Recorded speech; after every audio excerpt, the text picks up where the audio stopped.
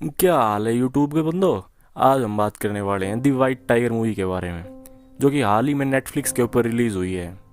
ये movie based है same to same नाम की नोवेल दी वाइट टाइगर के ऊपर।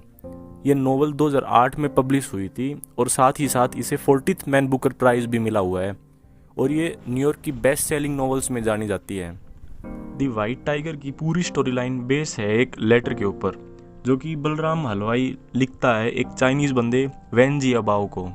जब वैन जियाबाओ इंडियन से पूछता है कि इंडिया के अंदर एंटरप्रेन्योरशिप किस लेवल तक पहुंची है, तब बलराम हलवाई इसके रिस्पॉन्स में एक लेटर लिखता है उसको, और बताता है कि कैसे वो एक चाय वाले ड्राइवर की जॉब से एक इंडिया का एंटरप्रेन्योर बना और इंडिया के जाने माने बिजनेसमैन में अपना नाम शामिल करता है वो। तो वो अपनी स्टोरी शुरू करता है, वो अपने बचपन से एक्सप्लेन करना शुरू करता है कि बचपन में वो बहुत इंटेलिजेंट लड़का था और वो अपने कलीग से काफ़ी ज़्यादा स्किल्स जानता था। इसी कारण उसके हेडमास्टर ने उसको वाइट टाइगर का नाम दिया था। वाइट टाइगर जो कि एक रेयर और इंटेलिजेंट स्पीसीज होती है, और उसके हेडमास्टर को उस पर भरोसा था कि वो आगे जाके अपना काफ़ी नाम करेगा। तो शुरू में क्या होता है कि वो एक बहुत लोअर वर्ग की फैमिली से बिलोंग करता है, और उसकी कम उम्र में ही पढ़ाई छुड़वा दी जाती है उसकी दादी के द्वारा, जबकि उसके घर वाले चाह रहे होते हैं कि वो और पढ़े। पर उसकी दादी कहती है कि तुम बहुत गरीब परिवार से बिलोंग करते हो, इसीलिए अपनी पढ़ाई छोड़ के अपना काम धंधे में लगो। तो शुरू के अंदर उसका एक कज़न होता है किशन नाम का, उसकी चाय की दुकान होती है। उसकी दादी कुसुम उसे सबसे पहला काम दिलवाती है चाय की दुकान पे, जहाँ की उसे अपने भाई किशन की मदद करनी होती है। उसका उस दुकान पे बिल्कुल भी मन नहीं लगता है। वो सारी दफ़ा कस्टमर्स की बातें सुनता रहता है कि कौन कस्टमर क्या बातें कर रहा है, और उसे वो चीज़ें काफ़ी ज़्यादा इंटरेस्टिंग लगती है बजाय कि इस दुकान पे काम करने के। तो एक दिन क्या होता है कि कस्टमर्स बात कर रहे होते हैं कि कार ड्राइविंग से भी अच्छा खासा पैसा कमाया जा सकता है, और इसी बात को लेके वो काफ़ी सोचता है। फिर लास्ट में वो क्या करता है कि वो अपनी दादी कुसुम के पास वापस जाता है, और वो उसे जाके सारी बातें बता देता है कि कार ड्राइविंग से भी अच्छा खासा पैसा कमाया जा सकता है, इसलिए आप मुझे कार ड्राइविंग स्कूल के अंदर भेज दो। उसकी दादी काफ़ी सोच के फिर उसको कहती है कि ठीक है, मैं तेरे को वहाँ भेज दूंगी, पर मेरी एक शर्त होगी कि तू जितना भी पैसा कमाएगा वो सारा का सारा पैसा अपने घर पे ला के देगा। तो वो अपनी दादी की इस शर्त को भी मान जाता है, और वो कार ड्राइविंग स्कूल में जाके अच्छे से कार ड्राइविंग सीख जाता है। फिर बाद में बात आती है कि भाई उसको अपनी नौकरी कौन देगा, कौन लगाएगा उसे अपने पास। फिर वो लक्ष्मीगढ़ एक काफ़ी एक रिहायशी एरिया होता है धनबाद का, तो वो वहाँ पे लक्ष्मीगढ़ के एक के घर में जाके पूछता है कि आपको ड्राइवर चाहिए, ड्राइवर चाहिए।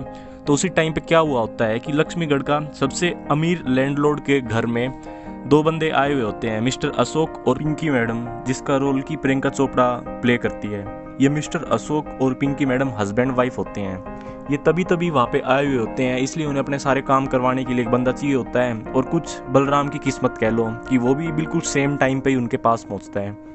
तो ये लग जाता है उनके साथ और उनके घर के सारे काम धाम संभाल लेता है।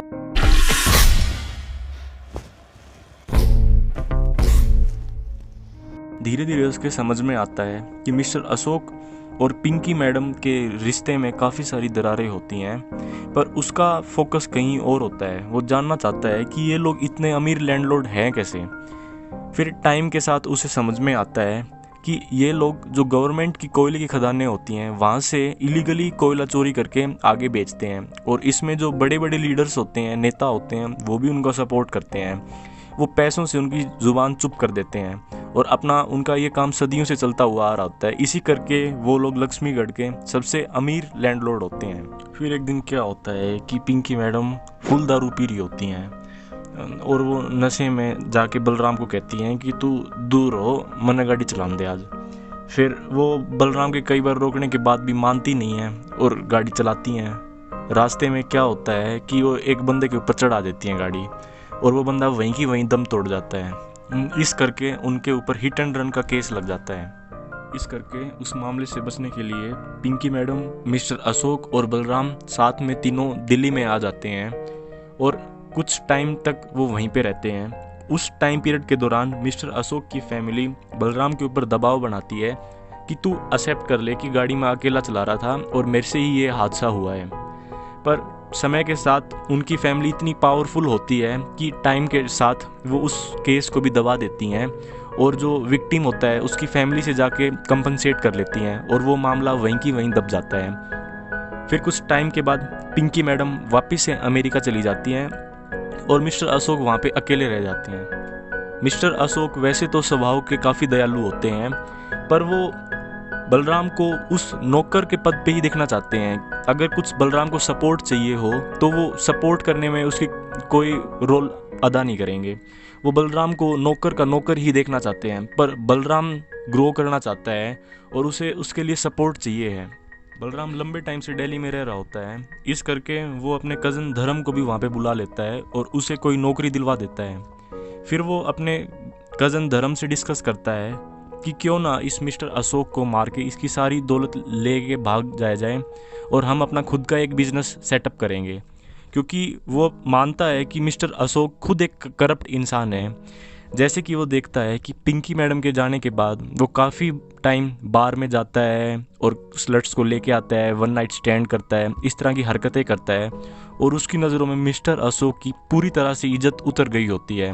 इस करके वो जानता है कि ये मिस्टर अशोक बहुत ज़्यादा करप्ट इंसान है और वो उसे कभी भी सपोर्ट नहीं करने वाला है। वो अपने भाई धर्म के साथ मिलके प्लान बनाता है और फिर क्या होता है कि एक दिन वो मिस्टर अशोक को अपनी गाड़ी में बैठा के ले जा रहा होता है और रास्ते में जंगलों में वो बहाना करता है कि गाड़ी का टायर पंचर हो गया है। इसी करके पीछे मिस्टर अशोक बैठे हुए होते हैं और वो बाहर आके एक कांच की बोतल तोड़ के वो कांच उसके सिर में मारता है और मिस्टर अशोक वहीं की वहीं मर जाते हैं। फिर वो गाड़ी में जितना कैश रखा हुआ होता है और उनके बंगलों पे जितना भी कैश होता है लेके अपने भाई धर्म के साथ बेंगलोर में भाग के आ जाता है। I am just one who has woken up while the rest of you are still sleeping. वहाँ पे आके वो चोरी छुपे रहने लग जाता है। उसे डर होता है कि इनकी फैमिली बहुत ज़्यादा पावरफुल है और वो उसे ढूंढ ही लेंगे किसी भी हालत में। इस करके वो काफ़ी लंबे टाइम तक छुपा रहता है। फिर टाइम के साथ उसका डर थोड़ा थोड़ा कम होता जाता है और इतने लंबे टाइम में जैसा कि उसने पूरी सिटी को ऑब्जर्व करा हुआ होता है, वो जानता है कि बेंगलोर एक नाइट सिटी है, मतलब कि वहाँ पे रातों को भी लोग सोते नहीं हैं, रातों में भी कॉल सेंटर चलते रहते हैं, गाड़ियाँ वैसे ही चलती रहती हैं। तो वो उस शहर को अच्छे से समझने लग जाता है। बलराम एक काफ़ी अच्छा ऑब्जर्वर होता है और उसकी यही क्वालिटी उसके काम आती है। फिर वो उस जो पैसा उसने मिस्टर अशोक से चुराया हुआ होता है वो डिसाइड करता है कि मैं इस पैसे से वाइट टाइगर टैक्सी के नाम से एक कंपनी शुरू करूँगा। जितने भी बंदे नाइट शिफ्ट में कॉल सेंटर में काम करते हैं मैं उनके लिए टैक्सी चलाऊँगा और काफ़ी सेफ़ एनवायरनमेंट प्रोवाइड करूँगा मैं उन्हें अपनी गाड़ी के अंदर। इस करके वो धीरे धीरे अपनी गाड़ियाँ मार्केट में उतार देता है और उसका काम बड़ा होता जाता है और वो एक अच्छा बिजनेसमैन बन जाता है आगे जाके। फिर आगे दिखाते हैं कि बलराम जो कि एक इस टाइम पे सबसे पावरफुल एंटरप्रेन्योर होता है, वो ये सारी बातें उस लेटर में लिखने लग रहा होता है वैन जियाबाओ को, और वो आगे उस लेटर में एक्सप्लेन करता है कि मेरा सफ़र एक चाय वाले से इंडिया के बहुत बड़े बिजनेसमैन तक बहुत अच्छा रहा है और उसे मिस्टर अशोक को मारने का कोई भी रिग्रेट नहीं है। दुनिया की नज़रों में चाहे वो बात कैसी भी हो, बट उसकी नज़रों में वो बिल्कुल ठीक है, क्योंकि मिस्टर अशोक जैसे लोग जो कि खुद करप्ट होते हैं और सारे सिस्टम को करप्ट करे हुए होते हैं वो इस समाज के लिए ठीक नहीं होते हैं। और वो लोअर वर्ग के लिए बात बोलता है कि लाइफ नौकर बनने से बहुत आगे है, क्योंकि उसके बाद ही असली ज़िंदगी जीने का एक्सपीरियंस मिलता है। आप अपनी सारी ज़िंदगी एक बंदे के लिए गुलामी करते हुए निकाल देते हो, इससे आपको लाइफ का असली मीनिंग समझ में नहीं आ पाएगा। नीचे कमेंट करके बताएं कि आपको बलराम हलवाई का नज़रिया कैसा लगा, और वीडियो को लाइक सब्सक्राइब ज़रूर करें ताकि हमें भी प्रोत्साहन मिलता रहे और वीडियोज़ बनाने का। धन्यवाद।